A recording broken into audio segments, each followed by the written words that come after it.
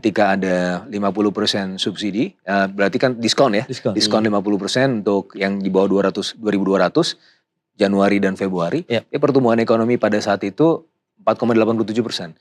Jadi kalau kita lihat dari situ berarti dampak ekonomi sebenarnya belum terlalu besar. Kenapa? Karena kan jadi efek dari disposable income-nya itu tidak kelihatan gitu kan. Disposable income itu artinya apa sih?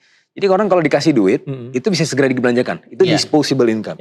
Tapi orang kalau dikasih diskon, itu kan ada efek savingnya. Jadi marginal propensity to save-nya, kalau istilah ekonominya, itu jauh lebih besar. Itu kan ketika ini, apakah digunakan untuk belanja? Enggak, tapi dia digunakan untuk precaution, untuk suatu waktu digunakan untuk kebutuhan-kebutuhan yang mendesak gitu ya. Sehingga tidak ada efek belanjanya. Mungkin di situ juga dalam hal ini pemerintah melihat masih menimbang-nimbang ya. Bagaimana dengan alokasi atau APBN yang sebenarnya nggak banyak-banyak banget gitu kan. Itu kan harus ada alokasi yang lebih efisien. Yang ada dampak ekonominya sekaligus juga ada dampak kesejahteraannya. Tapi di sisi yang lain tentunya ini masih menjadi bagian dari diskusi juga dari pemerintah lah. Karena aspirasi dari middle class ternyata dari diskon itu luar biasa ya. Besar ya. Banget.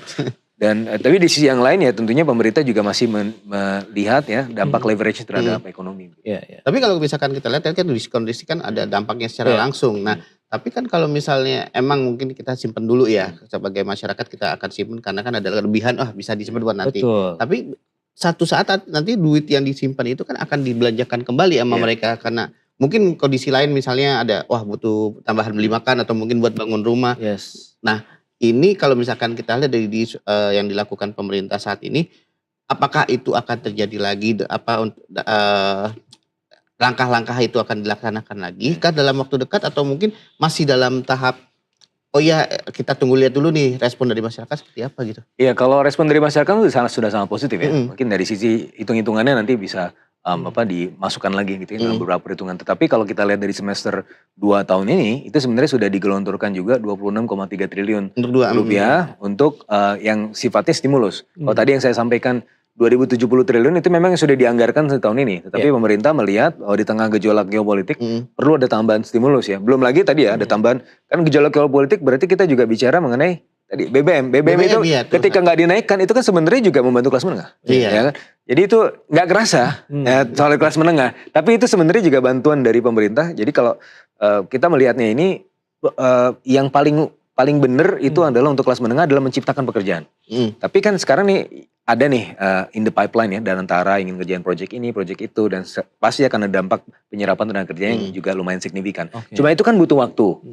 Jadi ini kalau misalnya kita lihat aset kita nomor 5, industrialisasi itu tujuannya adalah ya untuk menciptakan tenaga kerja dan artinya ini adalah untuk membantu kelas menengah secara umum gitu kan. Cuma masalahnya sampai ke arah situ itu kan kita butuh waktu gitu ya. Nah setidak-tidaknya di jangka pendek ini yang menjadi pemikiran pemerintah adalah setidak-tidaknya beban kelas menengah tidak bertambah. Gitu. Nah itu makanya tidak ada potensi kenaikan harga dari BBM. Nah itu saja dari semester 1 kemarin itu dari subsidi dan kompensasi energi, subsidi BBM itu 116 triliun, untuk kompensasi itu 117 triliun. Jadi udah 233 triliun, itu udah nambah 44% ya dari tahun lalu secara year on year. Nah ini saja sebenarnya sudah menjadi bagian dari fiscal spending yang mungkin kelas menengah nggak merasakan secara langsung, dia taunya bahwa harganya nggak naik, tapi itu ada subsidi dari pemerintah. Itu satu hal.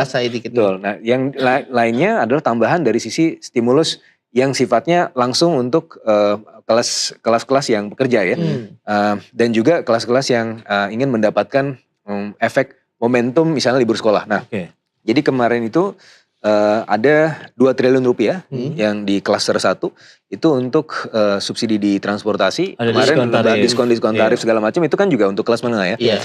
Nah diskon tarif ini yang menarik adalah kalau kita bicara diskon tarif, untuk tarif perhubungan ya, kereta api dan juga laut. Kalau pesawat itu diskonnya bukan ke arah diskon tarif tapi diskon PPN. PPN-nya yang 11% itu dihilangkan 0%, itu juga menjadi bagian dari insentif. Nah ini menjadi penting kenapa? Karena kalau kita petakan kelas menengah itu banyak di sisi ekonomi kreatif ya, UMKM segala macam itu kan masuk klaster ekonomi kreatif. Nah sektor transportasi ini ketika diberikan subsidi meskipun mungkin belum terlalu banyak, tetapi memiliki kaitan ya backward dan forward linkage yang cukup besar dengan industri ekonomi kreatif ya. Industri ekonomi kreatif kalau kita lihat di komponen APBN apa saja sih? Jasa-jasa. ya, jasa-jasa lainnya, akomodasi, makanan, minuman, perdagangan, itu semua di situ ya. Dan rata-rata kalau kita ambil presidennya di tahun 2025 yang di kuartal 2 terutama ya, kuartal 2 itu ketika kita berikan insentif untuk transportasi tersebut, itu rata-rata ini di atas 8% semua pertumbuhannya. Nah, dan karena kelas menengah hadirnya di situ, ini setidak-tidaknya bisa mendapatkan ruang ekonomi ya, yang meskipun mungkin sifatnya nggak tetap gitu ya, tetapi itu setidaknya dari sisi seasonalnya itu dia bisa memanfaatkan efek momentum, entah itu momentum lebaran atau momentum libur sekolah. Nah, dari sisi produsen juga ada insentif input produksi. Nah, kita tahu bahwa tekanan geopolitik ini sudah meningkatkan ongkos produksi secara signifikan. Terakhir saja kalau kita lihat Producers Price Index itu 6,5%. Dibandingkan dengan Consumer Price Index, inflasi kita yang diumumkan BPS setiap bulannya itu terakhir 3,34%. Jadi masih ada gapnya.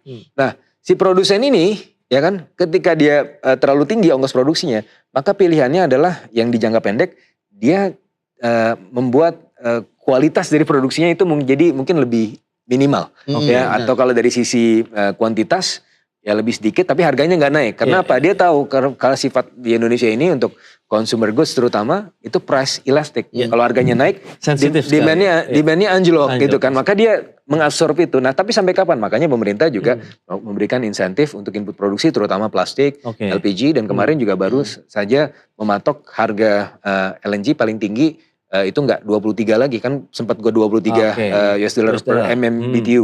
Itu menjadi sekarang 13 ya. Jadi berkurang hampir setengahnya.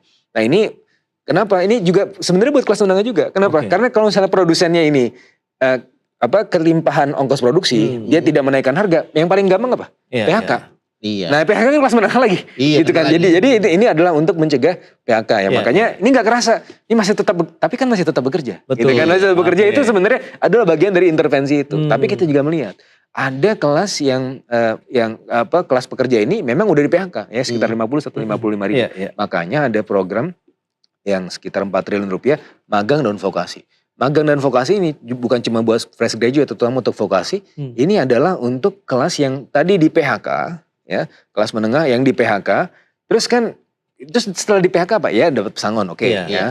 Tapi di sisi yang lain kan dia butuh mencari pekerjaan baru.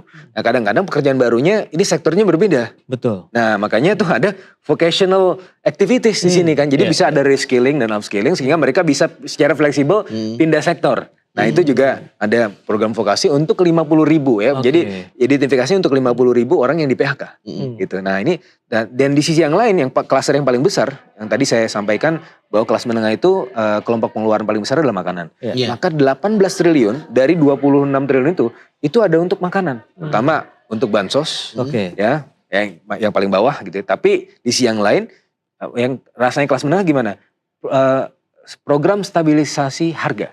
Dan harga pangan terutama itu ada juga. Nah, itu kan nggak kerasa tiba-tiba harganya masih segini ya. Apakah jadi kelas menengah kan nggak kerasa itu apakah bagian dari intervensi pemerintah atau nggak tahu kan. Tapi itu sebenarnya adalah bagian dari intervensi pemerintah. Kalau nggak diintervensi kemarin itu mungkin harga atau inflasi kita udah lebih dari 4%. Jadi inflasi pangan kita tekan supaya tidak terlalu tinggi. Banyak udah dijaga ya dari pemerintah ya langkah-langkahnya.